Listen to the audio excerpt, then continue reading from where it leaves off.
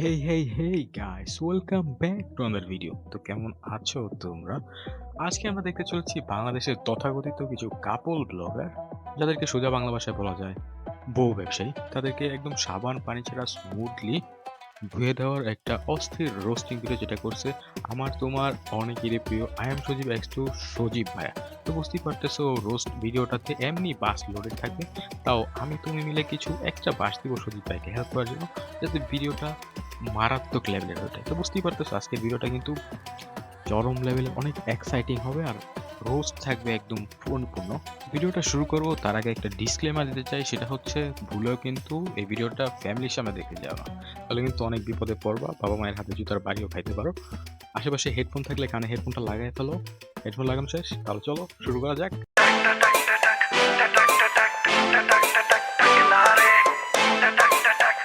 আমাদেরকে ওমর কি বলছে যে কিভাবে মন মানসিকতা হয় ওই টাইমে ভিডিও করার, ভিডিওটা এডিট করার, ভিডিওটা আপ দেওয়ার, ভিডিওতে স্লোমো দেওয়ার।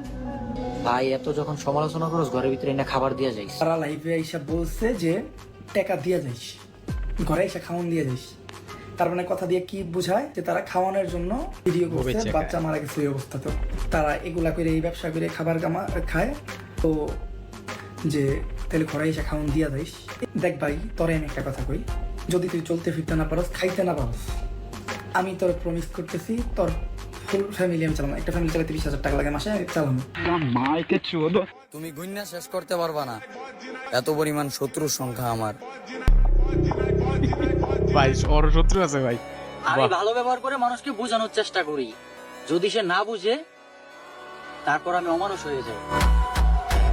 কিন্তু এমনিও মানুষ ভাই, মনে হইতেছে। So hey guys, welcome back. I hope কি আপনারা সকলে ভালো আছেন এন্ড আমিও ভালো আছি। এন্ড ফার্স্ট অফ অল বলে রাখি যে এই ভিডিওর টপিকটা কি সেটা আপনারা বুঝে গেছেন। কিন্তু গাইস, আপনারা কি জানেন কাপল ব্লগার্সরা একটা সিক্রেট টেকনিক ইউজ করে? জানেন না, কিন্তু জানতে পারবেন আজকে। দেখেন, এই টপিকে চাইলে কিন্তু আমি আগেও ভিডিও বানাইতে পারতাম। রিসেন্টলি ওমর আর ওই যে কামরুল জিন্নাত যে কাপল ব্লগারটা আছে, ওদের মধ্যে রিসেন্টলি কিন্তু অনেক কাহিনী হয়ে গেছে। এন্ড আমি এটা ড্যাম শিওর আপনাদেরকে আমি এখন যেটা বুঝাবো সেটা আপনাদেরকে কেউই বুঝায় নাই, কারণ ম্যাক্সিমাম অডিয়েন্স একটা বিষয়ের দিকে জাস্ট নজর দিছে, বাকিটার দিকে দেয়নি। তো ফার্স্ট অফ অল কি হয়েছে, কামরুল জিন্নাত নামে যে কাপল ব্লগারটা আছে, মানে এরা এমন এদের বাচ্চা মারা গেছে, ওরা সেটা নিয়েও টিকটক ভিডিও বানাইছে। এন্ড শুধু টিকটক ভিডিও বানাইছে সেটা না, টিকটক ভিডিও বানাইছে একদম বিভিন্ন অ্যাঙ্গেল থেকে ভিডিও করছে, প্লাস দেখি ভিডিওতে স্লোমো লাগাইছে, আবার দেখি ভিডিওতে ব্যাকগ্রাউন্ড মিউজিকও লাগাইছে। মানে ওদের যে বাচ্চা মারা গেছে সেই বাচ্চা মরা নিয়ে একটা টিকটক ভিডিও। ভাই ভাবা যায়। যাই হোক, তো ওদের এই কাজ কামের পরে বিভিন্ন মানুষ ওদেরকে রোস্ট করছে, আমিও করছিলাম। তারপর ওমর তো মেবি লাইভে আসছিল, এই সব বিষয় নিয়ে কথা বলছিল লাইভে আইসা। মানে আমি একটা জিনিস দেখছি, টিকটকে যেসব কাপল ব্লগার্স আছে, এরা যে মরা বাচ্চা নিয়ে ভিডিও পর্যন্ত বানায়, এগুলোর ভালোভাবে ডিফেন্ড করে ওমর। সেটা তুমি বলো ফানি ভিডিওর মাধ্যমে অথবা লাইভে যাও করে। এখন ওমরের কথা যদি বলেন, ওমরের কিন্তু একটা বড় সড়ো ইউটিউব চ্যানেল আছে, প্লাস টিকটকে ওর ভালো একটা ফলোয়ার্স আছে। এখন এরকম আপনি খুবই কম দেখতে পারবেন যার ইউটিউবে প্লাস টিকটকে এত ভালো ফলোয়ার্স থাকার পরেও এসব ডিফেন্ড করতেছে। মানে ও কিন্তু চাইলে এসব ইগনোর করতে পারতো, নিজেরই তো ভালো ভিউজ আছে। এখন এমন না যে ওর কন্ট্রোভার্সি করে ভিউ নিতে হবে। এখন এই বিষয়টা আসলে তোমার কাছে ভালো লাগবে যে এত বড় একটা ক্রিয়েটর যে চাইলে উইদাউট এনি কন্ট্রোভার্সি নিজে থাকতে পারে। যা করছে আমার মতে ভালোই করছে। একটা কাপল ব্লগার যেখানে মনে করো কাপল ব্লগ করতেছে, ওটা তো মানলাম, মানে মরা বাচ্চা নিয়ে টিকটক ভিডিও এটা একটু অতিরিক্ত ভাই। তো যাই হোক, ওমর এইসব বিষয়গুলো ডিফেন্ড করার পর দেখলাম যে ওই কামরুল জিন্নাত নামক যে কাপল ব্লগারটা আছে, মানে ওর কিছু টিকটক ভিডিওস দেখলাম, আমি এগুলোর কোনো আগামাতাই বুঝলাম না। তুমি গুইন্না শেষ করতে পারবা না, এত পরিমাণ শত্রুর সংখ্যা আমার। ও আচ্ছা, তার মানে ভাইয়ের অনেক শত্রু, ভাইয়ের জীবন অনেক বালছিরা দিছে, এইজন্য তার অনেক শত্রুতে ভরে গেছে। মানে গাইস, ও মনে করে কি জানো, ও একটা রাজা, ওর একটা রাজ্য আছে, যে রাজ্যে ও রাজ করতেছে, কিন্তু ওর শত্রুরা ওর চারপাশে ঘুরতেছে ওর রাজ্য ভাঙার জন্য। ভাই তুই কি বোঝাচ্ছ নাকি? তোর বোন নিয়ে তুই টিকটকে ভিডিও বানায় টাকা কামাস, আবার ভাবছিস কেমনে তুই টিকটকে আসে? আমি এটাই বুঝি না। আচ্ছা গাইস, সবই বুঝলাম, কিন্তু ওর বউ এমন করে কেন? মানে তোমরা একটু ওর বইয়ের দিকে তাকাও, একটু ওর বইয়ের দিকে ফোকাস করো। শত্রুর সংখ্যা আমার।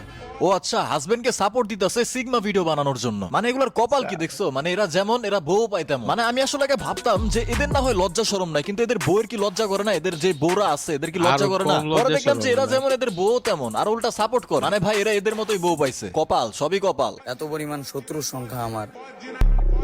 এই বাইরে ভাই কুয়া মার সেটা কেরা রে? বাইরে ভাই পুরো ড্যাবিল লোক ভাই, আমার তো ভয় লাগতেছে ভাই, তো পুরাই সিগমা বয়। আমি ভালো ব্যবহার করে মানুষকে বোঝানোর চেষ্টা করি, যদি সে না বুঝে তারপর আমি অমানুষ হয়ে যাই। অমানুষ বলতে কি ভাই, আচ্ছা কুত্তা আচ্ছা, হয় অনেক যেরকম attitude, বুঝাইছে। তাই না গাইস? চলো আমরা একটু আরেকটা ক্লিপ দেখে আসি। ভাই এত যখন সমালোচনা করস ঘরের ভিতরে এনে খাবার দিয়া যাইস, ভিডিও টিডিও করবো না, ঘরের ভিতরে এনে খাবার দিয়ে যাইস। আচ্ছা, মানে বোনিয়া টিকটকে ভিডিও বানায় বিজনেস করা ছাড়া তার পেটে খাবার জুটে না। বুঝছো কথাটা? কিন্তু বুঝছো যে বোনিয়া টিকটকে ভিডিও বানায় বিজনেস করা ছাড়া তার পেটে খাবার জুটে না। সে পোলা আবার টিকটকে এসে অ্যাটিটিউড ভিডিও বানায় যে সে আগে মানুষকে সুযোগ দেয়, ভালো ব্যবহার করে, তারপরে নাকি সে অমানুষ হয়ে যায়। ভাই মারাত্মক। তো বউ নিয়ে টিকটকে ভিডিও বানাইতেছে, মরা বাচ্চা নিয়ে টিকটক ভিডিও বানাইতেছে, ফল্ট করতেছে। যখন বড় বড় ক্রিয়েটররা এসব নিয়ে কথা বলতেছে, লাইক ওমর যখন এই টপিক নিয়ে কথা বললো, টপিকটা হাইলাইট হইলো, তখন ওমরের সাথে কন্ট্রোভার্সি করলো। আর একটা বড় ক্রিয়েটরের সাথে যেহেতু কন্ট্রোভার্সি করতেছে, ও ট্রেন্ডিং এ অনেক আছে বেশি অবশ্যই। follower যেটা একটা আছে। বড় ক্রিয়েটরের সাথে কন্ট্রোভার্সি করে ট্রেন্ডিং আছে, এখানে ও লাভই হইতাছে। আর কয়েকদিন কন্ট্রোভার্সি করে ভিউজ টিউজ কামায় ট্রেন্ডিং এ থাইকা, তারপর দিন শেষে কি করলো, মাপ চাইলো। ঠিক আছে, ভালো কথা, মাপ চাইছস, ঠিক আছে, বাট তোর কুকর্ম কি বন্ধ হইছে না? তোমরাই বলো। তোমরাও টিকটকে যাও, টিকটকে যা দেখো এখনো বউ নিয়ে ভিডিও বানাইতাছে। কয়েকদিন আগে মরা বাচ্চা নিয়ে একটা ভিডিও বানায় টিকটকে আকাম একটা করছে, কয়েকদিন পরে যে আবার নতুন একটা আকাম করবেন এটার কোনো গ্যারান্টি নাই, কারণ এখনো বউ তথাকথিত কাপল ব্লগারদের বলতেছি, তাদের মাথায় যেমন গোবর ভরা, তাদের যুক্তিগুলো হয় এরকম লুলা ল্যাংড়া টাইপের। কি যুক্তি থাকে? খাও বেকে, ঘরে কি তুই খাবার দিয়ে না যাবি নাকি, এই সেই কত কিছু। বাংলাদেশের 20 কোটি মানুষ ভাই কি করে খাইতেছে? সবাই কি তোদের মতো কাপড় ব্লগিং করে বউ বিক্রি করে করে খায়? রিক্সা চালানোর যোগ্যতা নাই? একজন রিক্সা চালক মামার সম্মানও তোদের থেকে অনেক গুণ বেশি। এই রিক্সা চালক মামা নিজের রক্ত পানি এক করে টাকা পয়সা কামায়, তারপর নিজের বউ বাচ্চা খাওয়ায়। তাও তোদের মতো তো ভিডিও করে আনে না যে বউ বিক্রি করে। দেখেন, অন্য পুরুষরা নিজের বউরে দেখায়, বউ দেখায় দেখায়, তারপর ওই জায়গা থেকে টাকা কামায় নির্লজ্জ বেহায়ের মতো। যদি রিক্সাও যদি না চালাইতে পারস না, ভিক্ষা করা শুরু কর। হাতে ভিক্ষা কর, ভিক্ষা করে করে তারপর নিজের বউ সংসার গুলি চালা, নিজে কর। তাও ওই যে সমাজে অশ্লীলতা ছড়াইস না। তোরা তো নিজেরা জাস্ট নষ্ট হইতেছস না, তোরা নিজেরা সাথে সাথে পুরো সমাজটাই নষ্ট করতেছস। সো গাইস, এই ছিল আজকের ভিডিও। আশা করি তোমাদের ভালো লেগেছে। সর্বশেষে একটা মেসেজই থাকবে, তথাকথিত কাপল ব্লগার বলো বা ব্যবসায়ী বলো, তাদের থেকে একজন রিক্সা চালকও অনেক বেশি ভালো। ভাই আমার কাছে একজন রিক্সা চালকের মামা, রিক্সা চালক মামার সম্মান অনেক বেশি এইসব তথাকথিত কাপল ব্লগার থেকে। তোমাদের কাছে কেমন? তোমরা তাদেরকে কি চোখে দেখো এইসব তথাকথিত ব্যবসায়ী বা কাপল ব্লগারদের? কমেন্ট বক্সে কমেন্ট করতে পারো। কমেন্ট বক্স একদম খোলা, নিজের মনের যত ধরনের কথা আছে সবকিছু কমেন্ট বক্সে বলতে পারো। সো হ্যাঁ, ভিডিওটা যদি ভালো লাগে চ্যানেলটাকে সাবস্ক্রাইব করতে পারো। এরকমই ভবিষ্যতে আরো রোস্টিং ভিডিও আসবে। আর আরেকটা বিষয়, তোমরা কি এই যে মলম বিক্রেতা সাংবাদিকের কথা ভুলে গেছো নাকি জানি না, তোমরা যদি তার উপর আরেকটা রোস্টিং ভিডিও রিঅ্যাকশন দিতে যাও তাহলে কিন্তু আরেকটা আসবে। জাস্ট একটা কমেন্ট করো এবং ভিডিওতে লাইক শেয়ার করতে পারো। তাহলে I will catch you on the next video. Till then take care, bye by.